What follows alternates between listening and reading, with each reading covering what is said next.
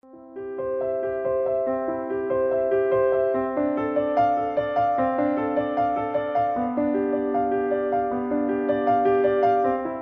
príncipe de los predicadores, Charles Spurgeon. Narrado por Samuel Andrés Chaparro Sandoval.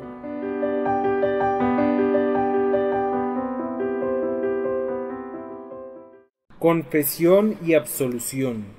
Sermón predicado la mañana del domingo 3 de octubre de 1858 por Charles Haddon Spurgeon en el salón del Music Hall, Royal Surrey Gardens, Londres. Mas el publicano, estando lejos, no quería ni aun alzar los ojos al cielo, sino que se golpeaba el pecho, diciendo: Dios, sé propicio a mí, pecador. Lucas capítulo 18, versículo 13. La mayoría de los héroes de las historias de nuestro Salvador han sido elegidos para ilustrar los rasgos de carácter enteramente diferentes de su reputación general. ¿Qué pensarían de un escritor de moral de nuestra época si en una obra de ficción se empeñase en exponer ante nosotros la compasiva virtud de la benevolencia mediante el ejemplo de un cipayo? Y, sin embargo, Jesucristo nos ha dado uno de los mejores ejemplos sobre la caridad, en el caso de un samaritano. Para los judíos, un samaritano era proverbial por su amarga animosidad en contra de su nación, como lo es para nosotros el cipayo por su crueldad traicionera, y es igualmente objeto de menosprecio y de odio.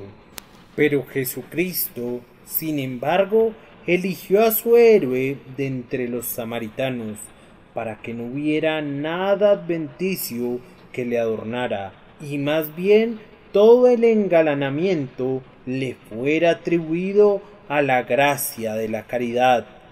Así también, en la presente instancia, nuestro Salvador, estando deseoso de explicarnos la necesidad de la humildad en la oración, no seleccionó algún santo distinguido que fuera famoso por su humildad, sino que eligió a un publicano que probablemente era uno de los más extorsionadores de su clase, pues da la impresión que el fariseo sugiere eso, y no dudo de que hubiera lanzado una mirada de soslayo a este publicano cuando comentó con autocomplacencia: Dios, te doy gracias porque no soy como los otros hombres, ladrones, injustos, adúlteros, ni aun como este publicano.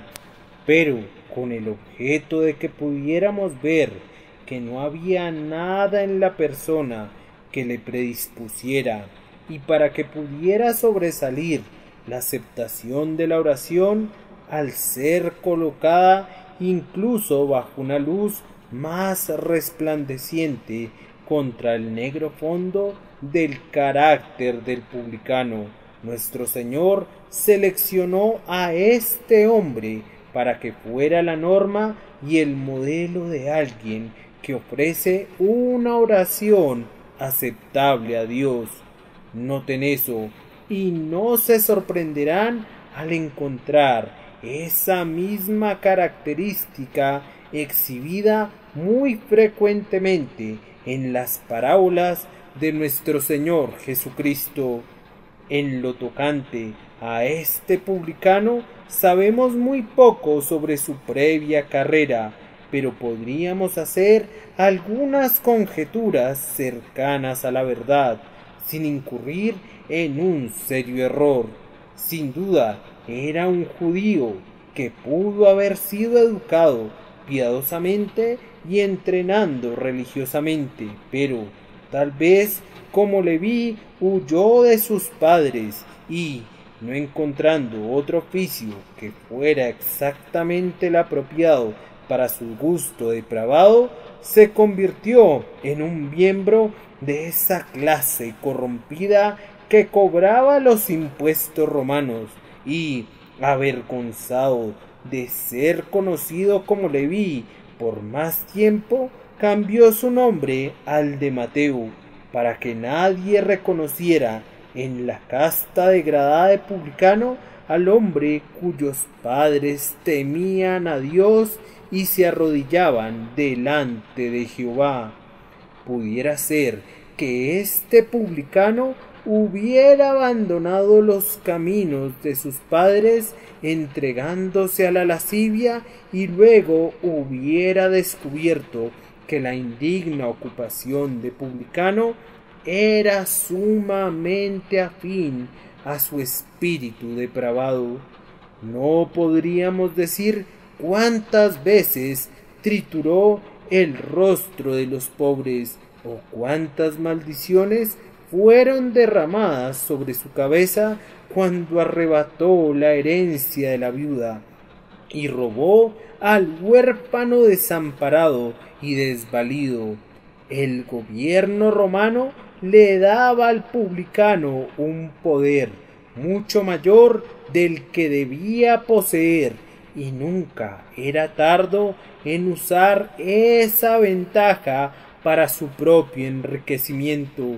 Posiblemente la mitad de todo lo que poseía era un robo, si no es que más, pues Zaqueo parecía sugerir algo así en su propio caso, cuando dice: «He aquí, Señor, la mitad de mis bienes doy a los pobres, y si en algo he defraudado a alguno, se lo devuelvo cuadruplicado». No era algo común que este publicano turbara el templo. Los sacerdotes raramente le veían venir con algún sacrificio. Habría sido una abominación y por eso no lo traía. Pero sucedió que el Espíritu del Señor se encontró con el publicano y lo llevó a considerar sus caminos y su peculiar negrura. Estaba lleno de turbación, pero la guardaba para sí, dejándola encerrada en su pecho. A duras penas podía descansar por la noche y le era difícil dedicarse a sus negocios durante el día, pues día y noche la mano de Dios se había grabado sobre él. Por fin, incapaz de soportar más su abatimiento, pensó en aquella casa de Dios en Sión y en el sacrificio que se ofrecía diariamente allí. ¿A quién acudiré o a dónde iré?, se preguntaba, sino a Dios. ¿Y dónde puedo esperar encontrar misericordia, sino allí donde es ofrecido el sacrificio? Dicho y hecho fue. Sus pies desacostumbrados se orientaron al santuario, pero al llegar tiene vergüenza de entrar. Aquel fariseo, santo como parecía ser, sube desvergonzadamente al atrio de los judíos, se acerca lo más que puede a los propios recintos en los que sólo el sacerdocio podía estar, y ora con un lenguaje jactancioso. Pero en cuanto al publicano, elige para sí algún rincón apartado donde no se ha visto ni oído, y ahora se dispone a orar, no con sus manos alzadas como aquel fariseo que está allá, no con los ojos vueltos al cielo, con una mirada santurrona de hipocresía, sino fijando sus ojos en el suelo, lágrimas cálidas se escurren de ellos y no se atreve a levantarlos al cielo. Por fin, sus ahogados sentimientos encuentran una expresión, aunque esa expresión era un gemido, era una breve oración que toda ella debía caber en el ámbito de un suspiro. Dios, sé propicio a mí, pecador. Está hecho, Él es oído, el ángel de la misericordia registra su perdón, su conciencia queda en paz, desciende a su casa, a diferencia del fariseo, como un hombre dichoso y justificado que se goza por la justificación que el Señor le había otorgado. Entonces, mi oficio esta semana será invitarlos, exhortarlos e implorarles que hagan lo que hizo el publicano, para que reciban lo que él obtuvo. Hay dos cosas en particular sobre las que procuraré hablar solemnemente y con denuedo. La primera es la confesión, la segunda la absolución. Hermanos, hemos de imitar al publicano, ante todo en su confesión. Ha habido mucha agitación pública durante las últimas semanas y meses en torno al confesionario. En cuanto a ese tema, es tal vez una misericordia que el signo exterior y visible del papado en la Iglesia de Inglaterra haya revelado a sus amigos sinceros el mal interno y espiritual que había estado acechando durante tanto tiempo allí. No necesitamos imaginarnos que el confesionario o el clericalismo, del cual es simplemente un vástago, sean una novedad en la Iglesia de Inglaterra. Han estado ya por mucho tiempo allí, pero ahora nos congratulamos ante la perspectiva de que la propia Iglesia de Inglaterra se verá forzada a descubrir sus propios males, y nosotros esperamos que Dios le dé gracia y vigor para cortar el cáncer de su pecho antes de que cese de ser una iglesia protestante y Dios la deseche como algo aborrecible. Esta mañana, sin embargo, no tengo nada que ver con el confesionario. Las mujeres necias pueden seguir confesándose tanto como quieran, y los necios esposos pueden confiar sus mujeres, si les place, a confesores como esos. Que quienes sean necios lo manifiesten, que quienes no tengan ningún entendimiento hagan al respecto lo que les parezca, pero en cuanto a mí, tendré el máximo cuidado para que ni yo ni los míos tengamos algo que ver con tales cosas. Dejando eso, sin embargo, llegamos a asuntos personales, procurando aprender a actuar rectamente incluso de los errores de otros. Noten la confesión del publicano ante quien fue presentada: Dios, sé propicio a mí, pecador. ¿Pensó alguna vez el publicano en acudir a un sacerdote para pedirle misericordia y confesar sus pecados? Tal vez el pensamiento atravesará su mente, pero su pecado constituía un peso demasiado grande sobre su conciencia para que fuera aliviado de una manera como esa. Así que pronto desechó esa idea. No, dijo, siento que mi pecado es de tal carácter que nadie, sino Dios, puede quitarlo, y aunque fuera correcto que fuera e hiciera una confesión ante mi semejante, pienso que sería totalmente inútil en mi caso, pues mi enfermedad es de tal naturaleza que nadie, sino un médico todopoderoso, podría suprimirla. Así que dirige su confesión y su oración a un lugar, y solo a un lugar. Dios, sé propicio a mi pecador. Y ustedes notarán que esta confesión a Dios fue secreta. Todo lo que pueden oír de su confesión es una única palabra: pecador. ¿Ustedes suponen que fue todo lo que confesó? No, amados.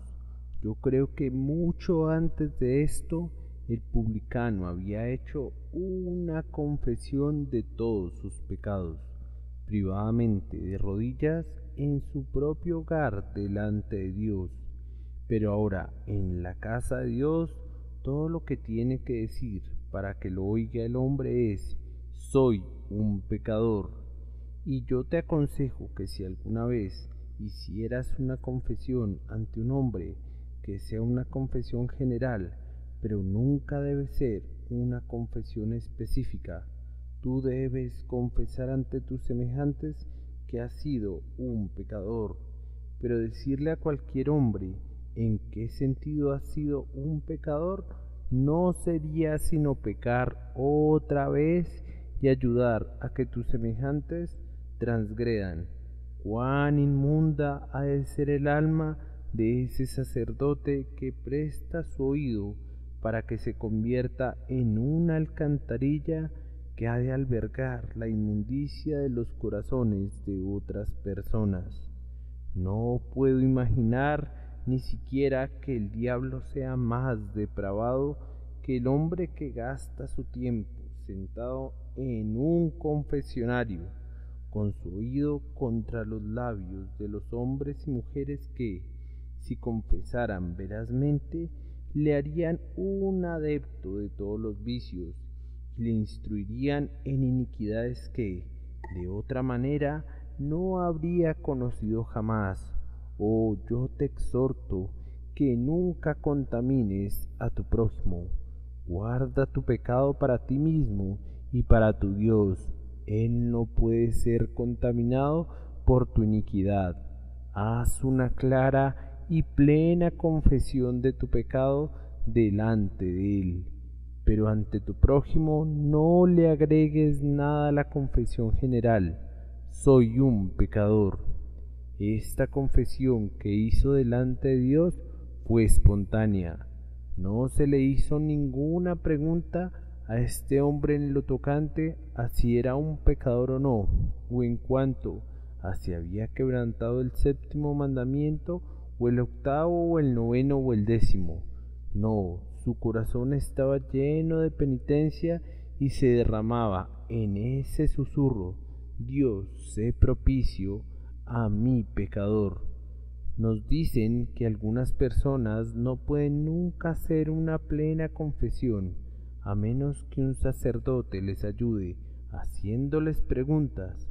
Mis queridos amigos, la propia excelencia de la penitencia se pierde y su encanto desaparece si se hiciera alguna pregunta. La confesión no es verdadera ni real a menos que sea espontánea. El hombre que necesita que alguien le diga cuáles son sus pecados no podría haber sentido en el peso del pecado. ¿Pueden imaginarse algún hombre cargando con un peso a su espalda, quien antes de que gimiera bajo ese peso necesitara que se le dijera que llevaba un peso allí? Ciertamente no. El hombre gime bajo el peso y no necesita que se le diga: allí está sobre tu espalda. Él sabe que allí está. Y si mediante las preguntas de un sacerdote pudiera obtenerse una plena y exhaustiva confesión de algún hombre o de alguna mujer, sería totalmente inútil, totalmente vana delante de Dios, porque no sería espontánea. Debemos confesar nuestros pecados porque no podemos evitar confesarlos. Tienen que salir porque no podemos guardarlos adentro. Es como un fuego en los huesos que pareciera como si fuera a derretir nuestro propio ánimo, a menos que diéramos salida al gemido de nuestra confesión delante del trono de Dios. Miren al publicano, ¿no pueden oír la plena confesión humilde que hace? Todo lo que puede oír es un simple reconocimiento de que es un pecador, pero eso brota espontáneamente de sus labios. Dios mismo no tiene que hacerle la pregunta, sino que el publicano viene delante del trono y libremente se entrega en manos de la justicia todopoderosa, confesando ser un rebelde y un pecador. Esto es lo primero que debemos notar de su confesión, que hizo la confesión a Dios secreta y espontáneamente, y todo lo que dijo abiertamente fue que era un pecador.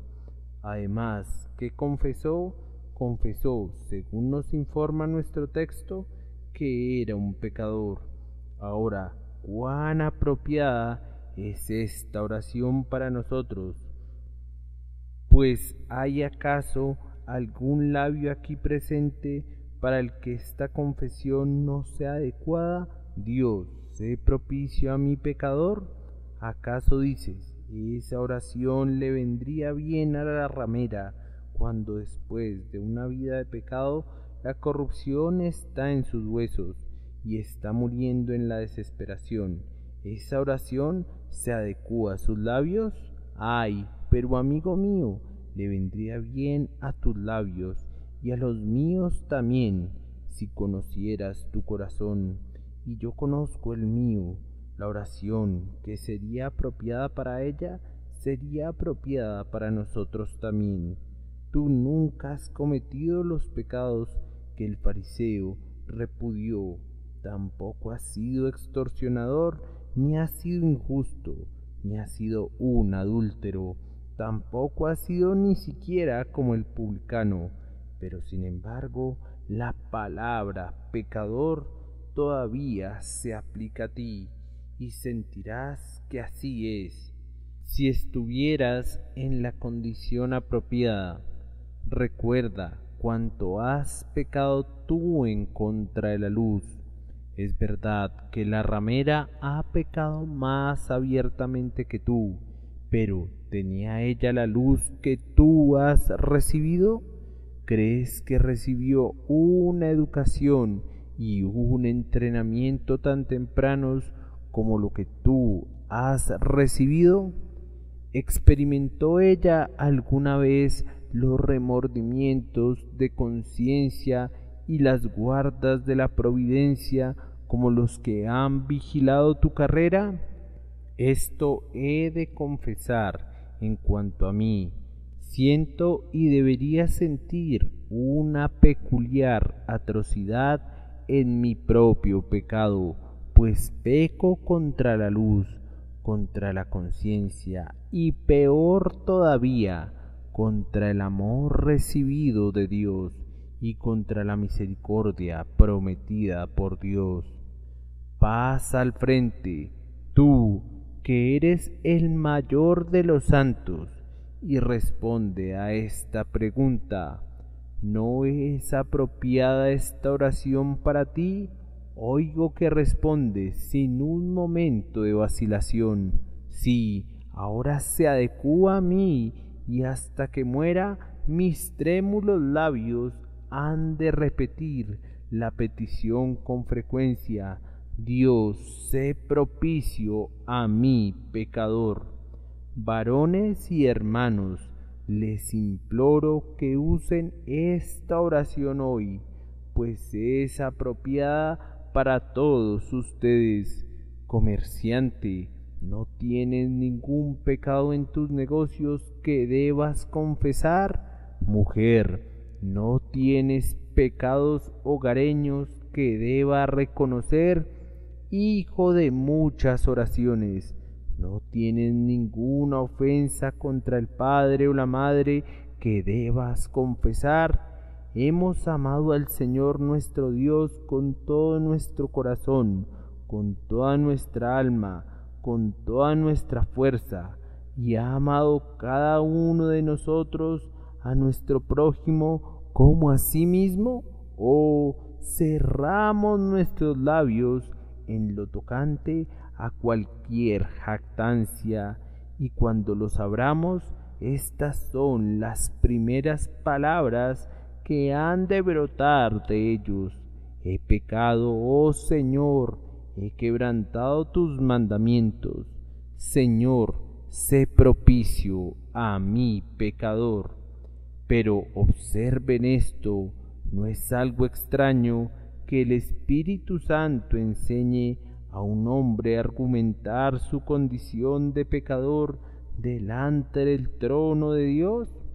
Uno pensaría que cuando nos presentamos delante de Dios deberíamos hablar un poco de nuestras virtudes. ¿Quién supondría que cuando un hombre está pidiendo misericordia deba decir de sí mismo: ¿soy un pecador? Vamos, seguramente la razón le impulsará a decir: Dios, sé propicio a mí, puesto que hay algo bueno en mí. Señor, yo no soy peor que mis vecinos. Señor, sé propicio a mí, intentaré ser mejor. No es contra la razón y no está maravillosamente por encima de la razón que el Espíritu Santo le enseña a un hombre a argumentar ante el trono de la gracia aquello que pareciera ir en contra de su súplica, el hecho de que él es un pecador. Y, sin embargo, amados hermanos, si ustedes y yo queremos ser oídos, hemos de venir a Cristo como pecadores. No intentemos hacernos mejores de lo que somos. Cuando llegamos ante el trono de Dios, no pretendamos ni por un momento recoger algunas de las falsas joyas de nuestras pretendidas virtudes. Los harapos son los vestidos de los pecadores. La confesión es la única música que debe brotar de nuestros labios. Dios, sé propicio a mí, pecador, es el único carácter en el que puedo orar a Dios. Ahora, ¿acaso no hay muchos aquí presentes que sienten que son pecadores y están gimiendo, suspirando y lamentando porque el peso del pecado está en su conciencia? Hermano, me alegra que te sientas pecador, pues tú tienes la llave del reino en tus manos. Tu sentido de tu condición pecadora es tu único título para la misericordia. Ven, te lo suplico, tal como estás. Tu desnudez es tu único reclamo al derecho de tener acceso al guardarropa del cielo. Tu hambre es tu único reclamo al derecho de entrar en los graneros del cielo. Tu pobreza es tu único reclamo al derecho para las eternas riquezas del cielo. Ven, tal como estás, sin nada propio, excepto tu pecaminosidad, y argumenta esto delante del trono. Dios, sé propicio a mí, pecador. Esto es lo que aquel hombre confesó, que era un pecador, y lo argumentó, haciendo que el peso de su confesión fuera el contenido de su súplica delante de Dios. Además, ¿cómo se presenta? ¿Cuál es la postura que asume? Lo primero que quisiera que notaran es su ubicación, estando lejos. ¿Para qué hizo eso? ¿Acaso no fue porque se sentía como un hombre separado? Hemos hecho con frecuencia confesiones generales en el templo, pero nunca una confesión fue aceptada a menos que fuera particular, personal y de corazón. Allí estaba la gente congregada para el acostumbrado servicio de adoración. Se unen en un salmo de alabanza, pero el pobre publicano se quedó lejos de ellos. Enseguida se unen en el orden de la oración, pero él no podía acercarse a ellos. No, él había llegado allí solo y debía permanecer solo, semejanza del ciervo herido que busca las más profundas cañadas del bosque para desangrarse y morir solo, en profunda soledad. Así parecía que este pobre publicano sentía que necesitaba estar solo. Ustedes observan que no dice nada acerca de otras personas en su oración. Dios, sé propicio a mí, como si no hubiese otro pecador en todo el mundo. Fíjate en esto, persona que me escuchas, debes sentirte solitario y aislado para que puedas elevar aceptablemente esta oración. ¿Te ha seleccionado alguna vez el Señor en una congregación? ¿Te ha aparecido en esta vasta sala como si una gran pared negra te circuncidara y tú estuvieras encerrado allí con el predicador y con tu Dios, como si cada saeta saliera del arco del predicador, estuviera apuntando hacia ti, y cada amenaza fuera para ti, y cada solemne reproche fuera una censura para ti? Si has sentido eso, voy a felicitarte. Nadie elevó jamás esta oración rectamente, a menos que la orara solo, a menos que dijera: Dios, sé propicio a mí, como un pecador solitario y aislado, el publicano estando lejos. Noten lo que sigue: no quería ni aun alzar los ojos al cielo. Eso era porque no se atrevía, no porque no quisiera. Lo habría hecho si se hubiera atrevido. Cuán notable es que ese arrepentimiento quite todo el atrevimiento de los hombres.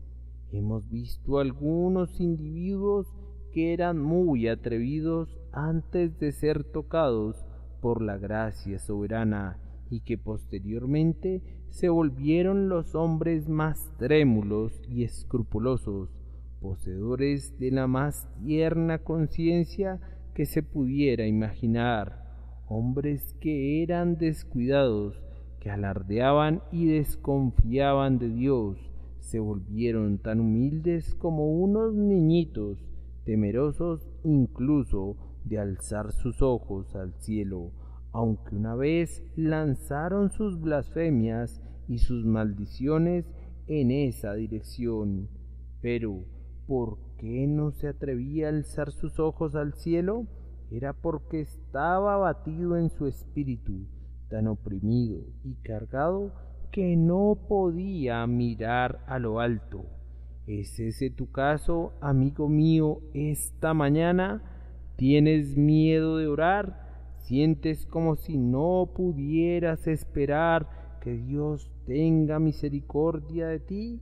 Como si el menor destello de esperanza fuera la mayor luz que podrías soportar, como si tus ojos estuvieran tan acostumbrados a las tinieblas de la duda y de la desesperación que incluso un rayo robado pareciera ser demasiado para tu débil y pobre visión. Ah, bien, no temas, pues será una bienaventuranza para ti.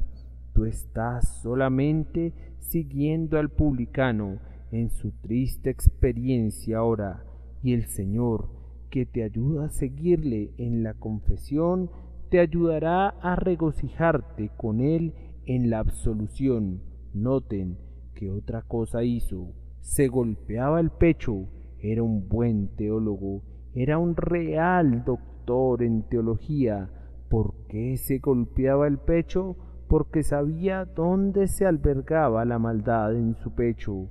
No se golpeaba la frente como lo hacen algunos hombres cuando están perplejos, como si el error estuviera en su entendimiento. Muchas personas culpan a su entendimiento y, en cambio, no culpan a su corazón y dicen: bien, he cometido un error, ciertamente he estado actuando mal, pero en el fondo soy un hombre de buen corazón. Este hombre sabía dónde se albergaba la maldad y golpeó el lugar debido. Aquí, en mi corazón, se alberga la maldad. Se golpeaba el pecho como si estuviera enojado consigo mismo. Pareciera decir: oh, que pudiera golpearte más duro a ti, mi ingrato corazón, porque has amado más al pecado que a Dios. No hizo penitencia y, sin embargo, era un tipo de penitencia ejercida sobre sí mismo cuando se golpeaba el pecho una y otra vez y clamaba: ay, ay, ay de mí, que haya pecado jamás contra Dios. Dios, sé propicio a un pecador. Ahora, ¿puedes venir a Dios de esta manera, querido amigo? Oh, acerquémonos todos a Dios de esta manera.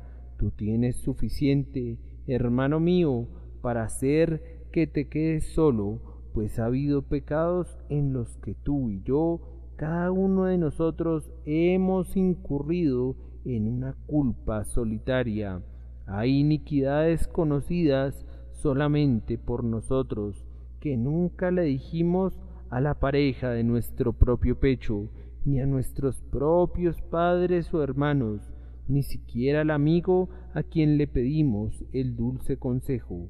Si hemos pecado solos, de esta manera retirémonos a nuestros aposentos y confesemos solitariamente, el esposo aparte y la esposa aparte, el padre aparte y el hijo aparte.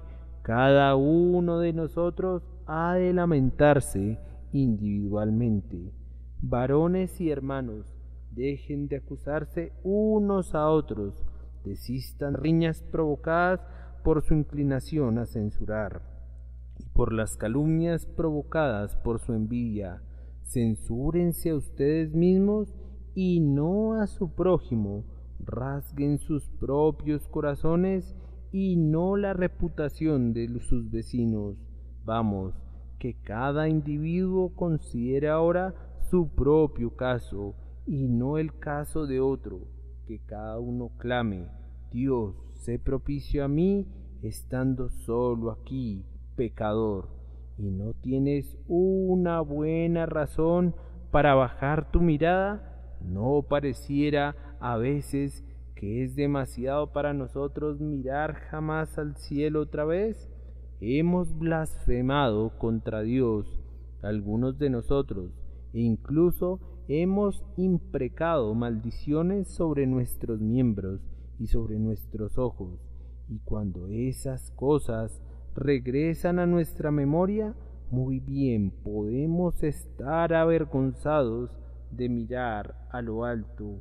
O si hemos sido preservados del crimen de una blasfemia abierta, con cuánta frecuencia hemos olvidado a Dios, ustedes y yo. cuán a menudo hemos descuidado la oración, cómo hemos quebrantado sus días domingos y hemos dejado de leer la Biblia. Ciertamente estas cosas, cuando atraviesan nuestra memoria, podrían constreñirnos a sentir que no podemos ni siquiera levantar nuestra vista al cielo. Y en cuanto a golpear nuestro pecho, ¿quién hay entre nosotros que no deba hacerlo? Debemos enojarnos contra nosotros mismos, ya que hemos provocado a Dios a enojarse con nosotros. Tenemos que tener ira contra los pecados que han acarreado la ruina sobre nuestras almas. Debemos sacar a rastras a esos traidores y ejecutarlos de inmediato en una muerte sumaria. Bien que lo merecen, han sido nuestra ruina, seamos nosotros su destrucción. Se golpeaba el pecho y decía: Dios, sé propicio a mí, pecador. Hay otro distintivo más en la oración de este hombre que no deben pasar por alto. ¿Qué razón tenía para esperar que Dios tuviera alguna misericordia para con él? El idioma griego nos explica más de lo que hace el inglés, y la palabra original aquí podría ser traducida: Dios, sé propiciado en cuanto a mí, pecador. En la palabra griega hay una clara referencia a la doctrina de la expiación. No es la oración de un unitario: Dios, sé misericordioso para mí. Es más que eso, es la oración del cristiano: Dios, sé propiciado en cuanto a mí, pecador. Hay, repito, una clara apelación a la expiación y al propiciatorio en esta breve oración.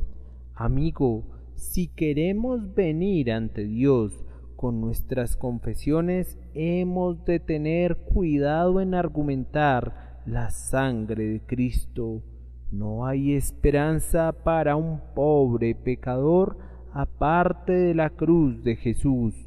Podríamos clamar: Dios, sé propicio a mí, pero la oración no puede ser respondida nunca, aparte de la víctima ofrecida, el Cordero inmolado desde antes de la fundación del mundo. Cuando tú tienes el ojo puesto en el propiciatorio, asegúrate de poner también tu ojo en la cruz. Recuerda que la cruz es, después de todo, el propiciatorio, que la misericordia no fue nunca entronizada hasta que colgó de la cruz, coronada de espinas. Si tú quieres encontrar perdón, has de ir al tenebroso Getsemaní y has de mirar a tu Redentor sudando en profunda angustia gotas de sangre. Si tú quieres tener paz de conciencia, acude a Gábata, el enlosado, y has de ver la espalda del Salvador inundada por una corriente de sangre. Si tú quieres tener el último y el mejor descanso para tu conciencia, ve al Gólgota, mira a la víctima inmolada colgando de la cruz, con manos y pies y costado todos traspasados, con cada herida abierta y en extremo dolor. No puede haber ninguna esperanza de misericordia aparte de la víctima ofrecida en el propio Jesucristo, el Hijo de Dios. Oh, vengan todos y cada uno de nosotros hemos de acercarnos al propiciatorio y argumentar la sangre. Cada uno de nosotros debe ir y decir: Padre, he pecado, sé propicio a mí por medio de tu Hijo. Vamos, borracho, dame tu mano, iremos juntos. Ramera, tú también dame tu mano, y acerquémonos de igual manera al trono. Y ustedes, cristianos profesantes, vengan ustedes también. no se avergüencen de quienes les acompañan. Vayamos ante su presencia con muchas lágrimas, sin que ninguno de nosotros acuse a su prójimo, sino cada uno acusándose a sí mismo, y argumentemos la sangre de Jesucristo, que habla paz y perdón para cada conciencia turbada. Hombre despreocupado, te diré unas palabras antes de concluir este punto. Tú dices, bien, esa es una buena oración, en verdad, para un hombre que está al borde de la muerte. Cuando un pobre individuo sufre del cólera y ve a la negra muerte mirándole en el rostro, o cuando está aterrorizado y estupefacto en el tiempo de la tormenta, o cuando se descubre en medio de una terrible confusión y alarma debido a una peligrosa catástrofe o un inesperado accidente, mientras está acercándose a las puertas de la muerte, lo correcto es que diga: Dios, sé propicio a mí. Ah, amigo, entonces la oración ha de ser apropiada para ti. Si eres un moribundo, ha de ser apropiada para ti, pues tú desconoces cuán cerca estás del borde de la tumba. Oh, si sólo entendieras la fragilidad de la vida y lo resbaladizo de ese pobre sostén en el que estás descansando, dirías: ¡ay de mi alma! Si la oración es apropiada para mí al morir, ha de ser apropiada para mí ahora, pues me estoy muriendo, incluso en este día, y no sé cuándo he de exhalar mi último suspiro. Oh, dice alguien, yo pienso que es apropiada para un hombre que ha sido un pecador muy grande. Correcto, amigo mío, y por tanto, si te consideras a ti mismo, sería apropiada para ti. Estás en lo correcto al decir que no se adecúa a nadie excepto a los grandes pecadores, y si tú no sientes ser un gran pecador, yo sé que nunca musitarás esa oración. Pero hay algunas personas aquí hoy que sienten que son lo que tú deberías sentir y saber lo que eres. Esas personas, constreñidas por la gracia, usarán la oración esta mañana con un énfasis, derramando una lágrima sobre cada letra y exhalando un suspiro sobre cada sílaba, conforme claman: Dios, sé propicio a mí, pecador. Pero observa, amigo mío, tú podrías sonreír despreciativamente ante el hombre que hace esta confesión, pero él saldrá justificado de esta casa, mientras que tú te alejarás estando todavía en tus pecados, sin ninguna esperanza, sin un rayo de dicha que alegre tu espíritu contumaz. Habiendo descrito brevemente esta confesión, voy a notar con mayor brevedad todavía la absolución que Dios dio. Yo creo en verdad que la absolución proveniente de los labios de un hombre es poco menos que una blasfemia. Hay en el libro de oración de la Iglesia de Inglaterra una absolución que es esencialmente una copia de la absolución de la Iglesia de Roma, que yo pensaría que es casi un extracto literal del misal romano. No dudo cuando digo que nunca se imprimió nada más blasfemo en la calle de Holywell que la absolución que debe pronunciar un clérigo junto al lecho de un moribundo. Es positivamente espantoso pensar que alguien que se llame a sí mismo cristiano descanse tranquilamente en una iglesia hasta que hubieran hecho lo más que pudieran para revisar y reformar completamente ese libro, sumamente excelente, y despojarlo de todo vestigio de catolicismo romano. Pero la absolución existe, amigos míos, y el publicano la recibió. Este descendió a su casa justificado antes que el otro. El otro no tuvo ninguna paz revelada a su corazón. Este pobre hombre la tuvo toda y descendió a su casa justificado. No dice que regresó a su casa habiendo tranquilizado su mente. Eso es verdad, pero es más, descendió a su casa justificado. ¿Qué quiere decir eso? Resulta que la palabra griega usada aquí es la misma palabra que el apóstol Pablo emplea siempre para exponer la grandiosa doctrina de la justicia de Jesucristo, la propia justicia que es de Dios por la fe.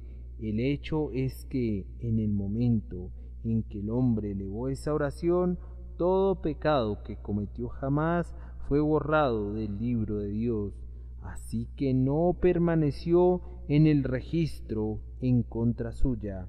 Y es más, en el instante en que la oración fue oída en el cielo, el hombre fue considerado como un hombre justo. Todo lo que Cristo hizo por él fue colocado sobre sus hombros, para que fuera el manto de su belleza, y en ese instante toda la culpa que hubo cometido jamás fue lavada enteramente y desapareció para siempre. Cuando un pecador cree en Cristo, sus pecados positivamente dejan de existir, y lo que es más maravilloso todavía, todos ellos cesan de ser, como afirma Kent en esas líneas muy conocidas. Allí hay perdón para transgresiones pasadas, sin importar cuán negro sea su aspecto, y oh alma mía, mira esto con asombro, para pecados venideros hay también perdón. Todos son arrastrados sin dejar rastro en un solitario instante. Los crímenes de muchos años, extorsiones, adulterios o incluso asesinatos, todos son limpiados en un instante, pues ustedes observarán que la absolución fue otorgada instantáneamente. Dios no le dijo al hombre: ahora debes ir y realizar algunas buenas obras y luego te daré la absolución. Él no dijo, como dice el Papa: ahora debes achicharrarte por un tiempo en las llamas del purgatorio y luego te dejaré salir. No, Él le justificó allá mismo, y en ese instante el perdón le fue otorgado tan pronto como el pecado fue confesado. Anda, hijo mío, en paz, no tengo ningún cargo contra ti. Tú eres un pecador en tu propia estimación, pero no en la mía. He borrado todos tus pecados y los he arrojado en lo profundo del mar, y no serán mencionados nunca jamás en tu contra. ¿Pueden imaginar cuán feliz era el publicano cuando todo fue cambiado en un instante? Si pudieran revertir la figura usada por Milton, le parecía a él mismo que era un sapo despreciable, pero el toque de la misericordia del Padre le hizo trepar a una brillantez y a un deleite angélicos, y salió de aquella casa con su mirada hacia lo alto, sin estar temeroso ya más. En vez del gemido que había en su corazón, tenía un cántico en sus labios: no camino nunca más solo, busco a los piadosos. Y les dijo: vengan y oigan, ustedes que temen a Dios, y les diré lo que ha hecho por mi alma. No se golpeaba el pecho, sino que regresó a casa y tomó su arpa y rasgó las cuerdas y alabó a su Dios. no habrías sabido que se trataba del mismo hombre si le hubieras visto al salir, y todo eso fue realizado en 1 minuto. Pero, dirá alguien, ¿crees que él sabía con seguridad que todos sus pecados fueron perdonados? ¿Puede un hombre saber eso? Puede ciertamente. Y hay algunos aquí presentes que podrían dar testimonio de que esto es cierto. Ellos también lo han sabido. El perdón que es sellado en el cielo es resellado en nuestra propia conciencia. La misericordia que es registrada arriba es llevada a derramar su luz en las tinieblas de nuestros corazones. Si un hombre puede saber en la tierra que sus pecados son perdonados y puede estar seguro de que es un hombre perdonado, así como está seguro de su propia existencia.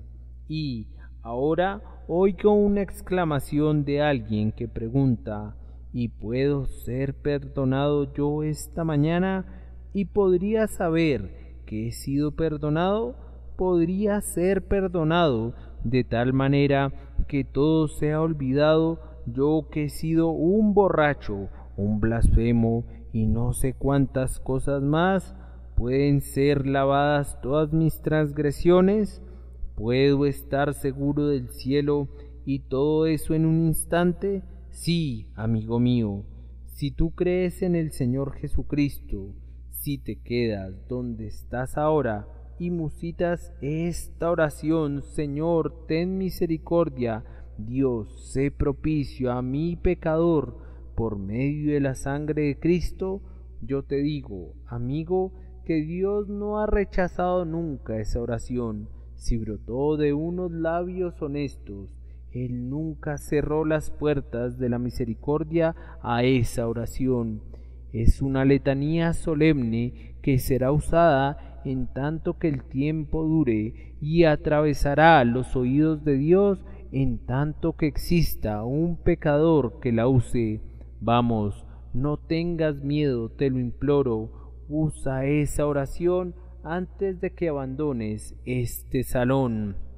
Quédate donde estás, procura imaginarte que estás completamente solo y si sientes que eres culpable, haz que ascienda esa oración. Oh, cuán maravilloso sería si de los miles de corazones que están aquí presentes, igual número de oraciones ascendieran hasta Dios. Seguramente ni los propios ángeles tuvieron un día así en el paraíso como el que tendrían hoy si cada uno de nosotros pudiera hacer esa confesión sinceramente. Algunas personas la están haciendo, sé que la están haciendo, Dios les está ayudando. Y tú, pecador, ¿acaso te quedas lejos? Tú, que tienes suma necesidad de venir, ¿acaso rehusas unirte a nosotros? Ven, hermano, ven. Dices que tú eres demasiado vil. No, hermano, tú no puedes ser demasiado vil para decir: Dios, sé propicio a mí. Tal vez no seas más vil de lo que somos nosotros. De cualquier manera, podemos decirte esto: nosotros sentimos que somos más viles que tú y queremos que musites la misma oración que nosotros hemos musitado. Ah, dice alguien, no puedo hacerlo, mi corazón no se doblegaría a eso, no puedo. Pero amigo, si Dios está listo para tener misericordia contigo, el tuyo debe ser entonces un corazón muy duro. Si no está listo a recibir su misericordia, Espíritu de Dios, sopla sobre el corazón duro y derrítelo ahora. Ayuda al hombre que siente que la indiferencia se está apoderando de él. Ayúdale a que se despoje de ella a partir de esta hora. Tú estás luchando contra ella. Tú dices: quisiera poder orar pidiendo regresar a ser un muchacho o un niño otra vez. y entonces podría hacerlo, pero me he endurecido y envejecido en el pecado, y la oración sería una hipocresía en mí. No, hermano, no lo sería. Si solo clamaras con tu corazón, te imploro que la digas. Muchos hombres piensan que son hipócritas cuando no lo son, y tienen miedo de no ser sinceros cuando su propio miedo es una prueba de su sinceridad. Pero dirá alguno, yo no tengo en mi carácter ningún rasgo que redima en absoluto. Me alegra que pienses eso. Aún así puedes utilizar la oración. Dios, sé propicio a mí. Pero será una oración inútil, dice alguien. Hermano mío, yo te aseguro, no en mi propio nombre, sino en el nombre de Dios, mi Padre y tu Padre, que no será una oración inútil. Tan cierto como Dios es, aquel que viene a Cristo no será echado fuera de ninguna manera. Ven conmigo ahora, te lo imploro, no te demores más. Las entrañas de Dios están anhelándote. Tú eres su hijo, y Él no renunciará a ti. Tú has huido de Él todos estos años, pero Él no te ha olvidado nunca. Tú has resistido todas sus advertencias hasta ahora, y Él casi está cansado, pero aún así Él ha dicho en lo tocante a ti, ¿cómo podré yo hacerte como Adma o ponerte como Seboim? Mi corazón se conmueve dentro de mí, se inflama con mi compasión. Ven, pecador, humillado en cuyo pecho giran 1000 pensamientos. Ven, oprimido por tu culpa y tu miedo, y haz esta última resolución. Vendré a Jesús, aunque mi pecado se ha elevado como una montaña. Conozco sus atrios, entraré allí, no importa quién se oponga. Postrado me quedaré ante su rostro, y allí mis pecados confesaré. Le diré que soy un infeliz arruinado, sin su gracia soberana. Regresen a sus hogares, que cada uno de nosotros, el predicador, los diáconos, la gente, ustedes que pertenecen a la iglesia y ustedes que son del mundo, cada uno de ustedes regrese a casa, y antes de que alimenten sus cuerpos, derramen sus corazones delante de Dios, y que este clamor único ascienda de todos nuestros labios. Dios, sé propicio a mí, pecador. Tengo que hacer una pausa, ténganme paciencia. Tengo que retenerlos unos instantes. Usemos esta oración como propia hora. Oh, que pudiera subir delante del Señor en este momento como la súplica sincera de cada corazón presente en esta asamblea. Voy a repetirla, no como un texto, sino como una oración, como mi propia oración, como su propia oración. ¿Podría cada uno de ustedes adoptarla personalmente para sí? Que cada uno, repito, que desee ofrecer la oración y pueda integrarse a ella, exprese a su conclusión un audible amén. Oremos. Dios, sé propicio a mí, pecador. Y la gente dijo, efectivamente, con profunda solemnidad, amén.